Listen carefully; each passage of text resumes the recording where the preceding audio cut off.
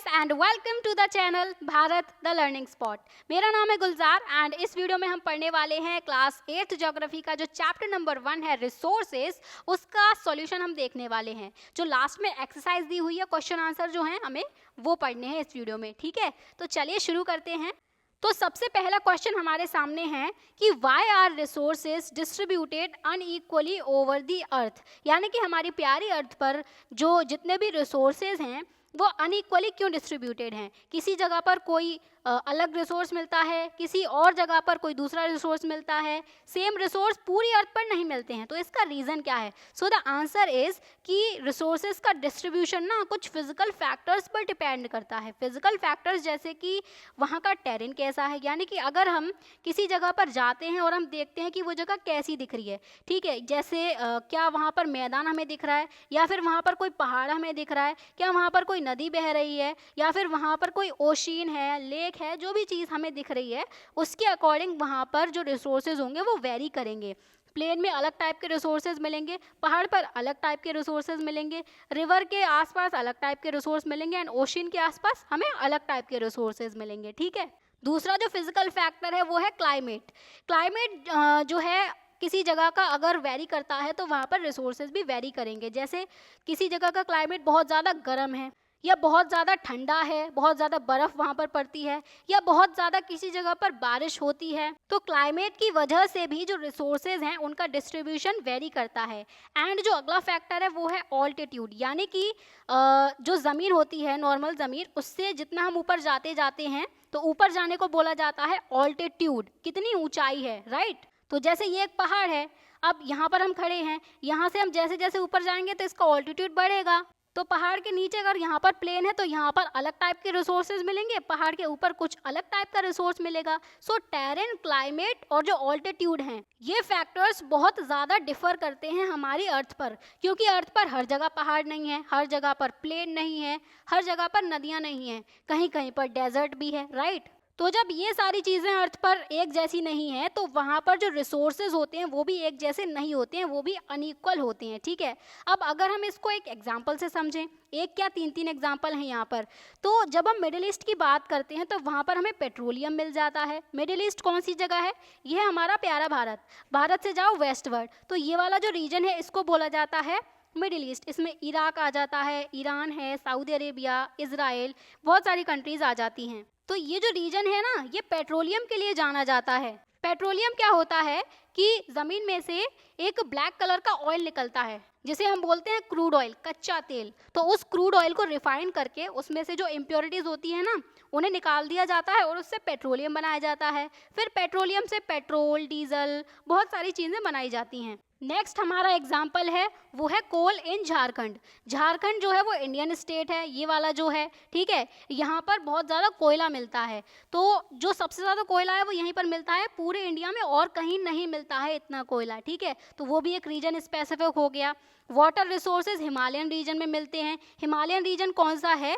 ये वाला जो पूरा रीजन है ना, यहाँ पर हिमालय फैले हुए हैं, जो बड़े बड़े लंबे लंबे पहाड़ हैं, और यहाँ से बहुत सारी रिवर्स ओरिजिनेट होती हैं। जैसे एग्जाम्पल हो गया गंगा रिवर, राइट। तो जो रिवर होती हैं वो किसका सोर्स होती हैं? वो वाटर का सोर्स होती हैं। तो वाटर रिसोर्सेज हमें हिमालयन रीजन में मिल जाता है। तो ये सारे एग्जाम्पल हो गए फिजिकल फैक्टर्स में, क्लाइमेट में, ऑल्टीट्यूड में डिफरेंस होने की वजह से रिसोर्सेज में डिफरेंस होना, ठीक है। अब नेक्स्ट हमारा क्वेश्चन है कि what is resource conservation. Resource conservation क्या है? कंजर्वेशन मीनिंग होता है किसी भी चीज़ को बचाना। तो हम किसे बचा रहे हैं? हम रिसोर्सेज को बचा रहे हैं। तो यानी कि रिसोर्सेज को केयरफुली यूज़ करना और उन्हें रिन्यू होने के लिए टाइम देना। रिन्यू यानी कि वो दोबारा से, अगर कोई रिसोर्स खाली हो रहा है तो वो दोबारा से भर जाए, वो हमें उसको टाइम देना है, उसे बोला जाता है रिसोर्स कंजर्वेशन। जैसे अगर हम एक एग्जांपल लें तो रीयूजिंग वाटर। वाटर क्या है? वाटर एक रिसोर्स है, राइट।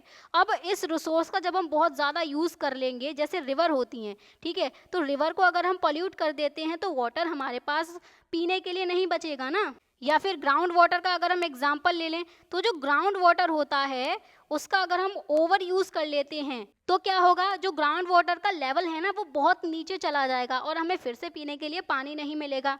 तो क्या हो रहा है? हम रिसोर्स का यूज़ तो कर रहे हैं, यहाँ पर ग्राउंड वाटर का यूज़ तो कर रहे हैं, लेकिन हम उसे रिचार्ज होने के लिए टाइम नहीं दे रहे हैं। कब रिचार्ज होगा ये? जब बारिश होगी, लेकिन जितनी बारिश होती है और जितना ग्राउंड वाटर उस बारिश से रिचार्ज हो पाता है, उससे ज़्यादा क्या कर लेते हैं, हम उस ग्राउंड वाटर को निकाल लेते हैं। तो इसी चीज़ को हमें रोकना है, हमें पानी को बचाना है। ठीक है, एक बार पानी अगर यूज़ में ले लिया तो उसको बार बार अलग अलग चीज़ों में यूज़ करना है, जिसका मतलब है कि रीयूजिंग वाटर।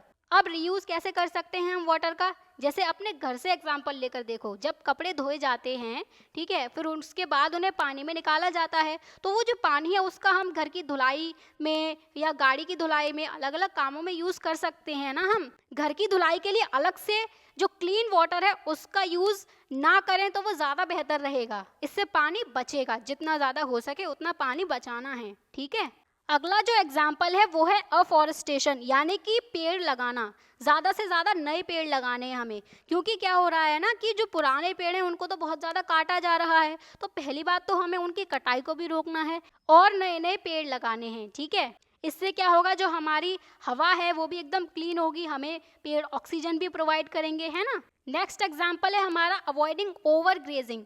ओवर ग्रेजिंग क्या होती है, जैसे जो गाय भैंस भेड़ बकरी ये जो होते हैं जिन्हें लोग पालते हैं, ये क्या करते हैं, ये ग्रेजिंग करते हैं, चारा खाते हैं फील्ड में जाकर। ठीक है, तो क्या होता है कि जब इस तरीके से घास लगी हुई है किसी फील्ड में, तो जो सॉइल है, यहाँ पर सॉइल भी तो हमारा एक रिसोर्स है, तो ये घास इस सॉइल को जकड़े हुए है। अगर हवा चलती है तो यहाँ से सॉइल उड़कर नहीं जाएगी, जिसे हम बोलते हैं सॉइल इरोजन, तो वो नहीं होगा। लेकिन अगर ओवर ग्रेजिंग कर ली जाती है, ये सारी घास खत्म कर दी जाती है जानवरों के थ्रू, तो क्या हो जाएगा, अब ये बेयर लैंड रह जाएगा। यहाँ पर सॉइल के जो पार्टिकल्स हैं वो ऐसे ही खुले हुए हैं। अब जब हवा चलेगी या बारिश होगी तो यहाँ से जो सॉइल है वो बहकर निकल जाएगी, एंड वो भी हमारा एक रिसोर्स जो है वो हमें खराब होता हुआ दिखेगा, डिग्रेड होता हुआ दिखेगा।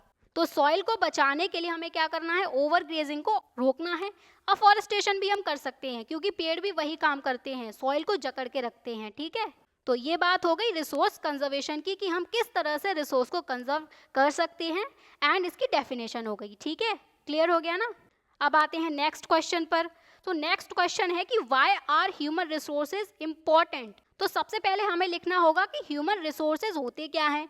तो जो पीपल होते हैं वही ह्यूमन रिसोर्सेज होते हैं। ठीक है, एंड ह्यूमन रिसोर्सेज इसलिए इम्पॉर्टेंट होते हैं क्योंकि जो पीपल हैं वो नेचर का बेस्ट यूज़ कर सकते हैं। नेचर ने हमें जो भी प्रोवाइड किया है उसका हम यूज़ कर सकते हैं, अपनी नॉलेज को अप्लाई करके, अपनी स्किल को अप्लाई करके, जो नई नई टेक्नोलॉजीज़ आती रहती हैं उनको अप्लाई करके। अगर हम इसे एग्जाम्पल से समझें तो कोल की जब हम बात करते हैं, कोयले की, तो वो सिर्फ एक ब्लैक स्टोन है ना, एक काला पत्थर जैसा है, लेकिन कब तक वो यूजलेस है, जब तक हमें उसके यूजेस नहीं पता हैं।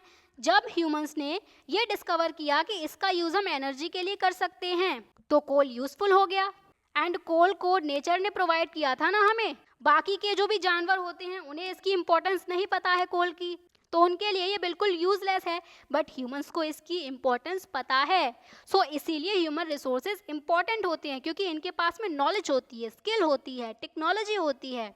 नेक्स्ट एग्जाम्पल लें तो जो सिलिकॉन होता है, सिलिकॉन एक टाइम तक हमारे लिए कोई रिसोर्स नहीं था, लेकिन ये रिसोर्स कब बनता है, जब इससे माइक्रोचिप्स बना ली जाती हैं। माइक्रोचिप्स का यूज़ जो है, मतलब ये बहुत छोटी छोटी चिप्स होती है, इनका यूज़ फ़ोन्स में, टैबलेट में और लैपटॉप वगैरह में किया जाता है। मेडिकल डिवाइसेस में भी इसका यूज़ किया जाता है, जो एरोप्लेन्स वगैरह होते हैं उनमें भी यूज़ किया जाता है। तो बहुत ज़्यादा इम्पॉर्टेंट है जो सिलिकॉन है आज के टाइम पर हमारे लिए। ठीक है, तो आते हैं अपने अगले क्वेश्चन पर। अगला क्वेश्चन है हमारा, व्हाट इज सस्टेनेबल डेवलपमेंट। सीधे सीधे बताओ कि सस्टेनेबल डेवलपमेंट आखिर है क्या बेसिकली। सिंपल सी डेफिनेशन है कि balancing the need to use resources, यानी कि हम प्रेजेंट में जी रहे हैं एंड प्रेजेंटली हम जो भी रिसोर्सेज का यूज कर रहे हैं उसकी नीड को एंड उसको फ्यूचर के लिए कंजर्व करना। सो present need and future need, हमें दोनों को बैलेंस करना है। उसी बैलेंसिंग को क्या बोला जाता है, सस्टेनेबल डेवलपमेंट बोला जाता है। इन अदर वर्ड्स, जो रिसोर्सेज होते हैं उनका केयरफुली यूटिलाइजेशन हमें करना है, ताकि जो प्रेजेंट की जो भी नीड्स हैं वो फुलफिल हो सके, एंड जो हमारी फ्यूचर जनरेशन्स हैं, जो आगे आने वाली पीढ़ियां होंगी, उनकी भी नीड को हम ध्यान में रखते हुए उनके लिए भी वो रिसोर्स बचा कर रखें। इसी को बोला जाता है सस्टेनेबल डेवलपमेंट। बहुत सिंपल डेफिनेशन है इसकी, एक बार फिर से रिवाइज करें। जो प्रेजेंट की रिक्वायरमेंट्स हैं, जो प्रेजेंट की नीड्स हैं, उनको फुलफिल करने के साथ साथ हमें अपनी फ्यूचर जनरेशन्स के लिए भी उन रिसोर्सेज को बचा कर रखना है ताकि वो भी अपनी नीड्स को फुलफिल कर सकें। तो इसे ही बोला जाता है सस्टेनेबल डेवलपमेंट। ठीक है, क्लियर हो गया? तो इसके भी अगर हम एग्जाम्पल देखें तो हम सोलर एनर्जी का यूज़ कर सकते हैं instead of only fossil fuels. Fossil fuels क्या होते हैं? देखो, लाखों करोड़ों साल पहले जो है अर्थ पर, ये अर्थ है हमारी, यहाँ पर बहुत सारे पेड़ पौधे थे, बहुत सारे एनिमल वगैरह यहाँ पर रहते थे। ठीक है, क्या हुआ कि ये सब मर गए, कभी ना कभी तो मरेंगे ना। अब मर गए और धीरे धीरे ये ज़मीन के अंदर धंस गए। ज़मीन के अंदर क्या लगा, इन पर बहुत ज़्यादा नीचे हीट होती है, बहुत ज़्यादा गर्मी होती है एंड ऊपर से बहुत ज़्यादा प्रेशर भी लगता है। तो इसकी वजह से ये फॉसिल फ्यूल में कन्वर्ट हो गए। जो पेड़ पौधे हैं, इनकी लकड़ी होती है, ये कोयले में चेंज हो गई। एनिमल्स से हमारा क्रूड ऑयल बन गया, नेचुरल गैस होती है वो बन जाती है। ठीक है, तो इन्हें ही फॉसिल फ्यूल बोलते हैं। हमने एक फॉसिल फ्यूल का एग्जाम्पल भी अभी देखा था, जो कोल होता है, कोयला होता है, इसका यूज़ करके हम एनर्जी जनरेट करते हैं। आज जो हम सभी के घरों में जो इलेक्ट्रिसिटी आती है ना, वो कोल को बर्न करके ही आती है। इसीलिए कहते हैं कि इलेक्ट्रिसिटी का यूज़ भी बहुत सोच समझ के करना चाहिए, क्योंकि पीछे क्या हो रहा है, कोल जल रहा है जिससे बहुत ज़्यादा पोल्यूशन होता है। तो अब से क्या करना है, इलेक्ट्रिसिटी को बिल्कुल भी वेस्ट नहीं करना है। ओके, तो फॉसिल फ्यूल तो पोल्यूशन करते हैं एंड उसका जो ऑल्टरनेटिव है वो क्या है, सोलर एनर्जी। जो सोलर पैनल्स लगाए जाते हैं ना, ब्लू कलर के देखे होंगे, इस तरह से होते हैं और इन पर जो इस तरीके से ग्रिड सी बनी होती है, और इसमें भी उसी सिलिकॉन का यूज़ किया जाता है जो हमने अभी पीछे पढ़ा था। जो माइक्रोचिप्स बनाने में जिसका यूज़ किया जाता है, उसी सिलिकॉन का इन सोलर पैनल्स को बनाने में भी यूज़ किया जाता है। तो ये जो सोलर एनर्जी है ये पोल्यूशन नहीं करेगी। ठीक है, नेक्स्ट जो सस्टेनेबल डेवलपमेंट का एग्जाम्पल है वो है organic farming instead of excessive chemical fertilisers. अभी क्या होता है कि जब एग्रीकल्चर किया जाता है तो बहुत सारे फर्टिलाइजर डाले जाते हैं, यूरिया वगैरह हो गया। ठीक है, ये केमिकल फर्टिलाइजर्स हैं। इससे क्या होगा, जो हमारी सॉइल है ना, उसकी क्वालिटी थोड़े टाइम पर तो ऐसा लगेगा कि बहुत ज़्यादा प्रोडक्शन हो रहा है, लेकिन लॉन्ग टर्म में क्या होता है, जो सॉइल की क्वालिटी है वो बहुत ज़्यादा ख़राब हो जाती है। तो इसीलिए हमें जो केमिकल फर्टिलाइजर्स हैं उनका यूज़ नहीं करना है, हमें ऑर्गेनिक फार्मिंग करनी है, यानी कि जिसमें हम ऑर्गेनिक फर्टिलाइजर्स डालें, जिसमें कोई भी केमिकल ना हो। इस तरह से हमें फार्मिंग करनी है। ठीक है, तो ये दोनों एग्जाम्पल हो गए सस्टेनेबल डेवलपमेंट के। ओके, नेक्स्ट है अब हमारा टिक द करेक्ट आंसर वाले क्वेश्चंस। सो पहला क्वेश्चन बोलता है कि विच one of the following does not make a substance a resource, यानी कि इनमें से, इन तीनों में से ऐसी कौन सी चीज़ है जो एक सब्सटेंस को, कोई एक चीज़ है जिसे रिसोर्स नहीं बनाती है। तो हमने यूटिलिटी के बारे में पढ़ा था कि अगर किसी चीज़ में यूटिलिटी है तभी वो रिसोर्स बन सकती है। अभी हमने कोल का एग्जाम्पल लिया था ना, कोल तब तक हमारे लिए यूज़फुल नहीं था जब तक ह्यूमंस ने उसका यूज़ नहीं पता लगा लिया। तो यूटिलिटी की वजह से तो चीज़ रिसोर्स बनती है। नेक्स्ट है वैल्यू। अगर किसी चीज़ की वैल्यू होगी तो वो ऑटोमेटिकली हमारे लिए एक रिसोर्स है ना। जैसे गोल्ड, गोल्ड का एग्जाम्पल हम ले सकते हैं, सोने का एग्जाम्पल, उसकी वैल्यू बहुत ज़्यादा है, उससे भी ज़्यादा वैल्यू डायमंड की है, तो वो हमारे लिए एक रिसोर्स है। बट क्या क्वांटिटी की वजह से कोई चीज़ रिसोर्स बनती है? क्या किसी चीज़ की क्वांटिटी बहुत कम है तो वो रिसोर्स बन जाएगी? तो ऐसा तो नहीं होगा। क्वांटिटी उस पर बिल्कुल अफेक्ट नहीं डालेगी, चाहे वो चीज़ बहुत कम मात्रा में हो या बहुत ज़्यादा मात्रा में हो। लेकिन अगर उसका कोई यूज़ ही नहीं है तो वो हमारे लिए रिसोर्स बन ही नहीं सकती। तो इसका करेक्ट आंसर क्या है? Option number C, quantity. ठीक है, नेक्स्ट क्वेश्चन है which one of the following is a human made resource. Human made resource क्या होते हैं? रिकॉल करो, हमने चैप्टर में पढ़ा था, वो रिसोर्स जो ह्यूमंस क्रिएट करते हैं। तो हमें बताना है कि इन तीनों में से कौन सा ऐसा रिसोर्स है जो ह्यूमन मेड रिसोर्स है। तो पहला ऑप्शन है मेडिसिन टू ट्रीट कैंसर। तो मेडिसिन को किसने बनाया? किसी दूसरे जानवर ने बनाया है क्या? क्या नेचर ने हमें ऑटोमेटिकली मेडिसिन दे दी कैंसर को ट्रीट करने वाली? नहीं दी, ये ह्यूमंस ने बनाए हैं। तो पहला आंसर तो सही है, यही हमारा ह्यूमन मेड रिसोर्स है। अगले दो ऑप्शन भी हम देख लेते हैं। क्या spring water human made resource है?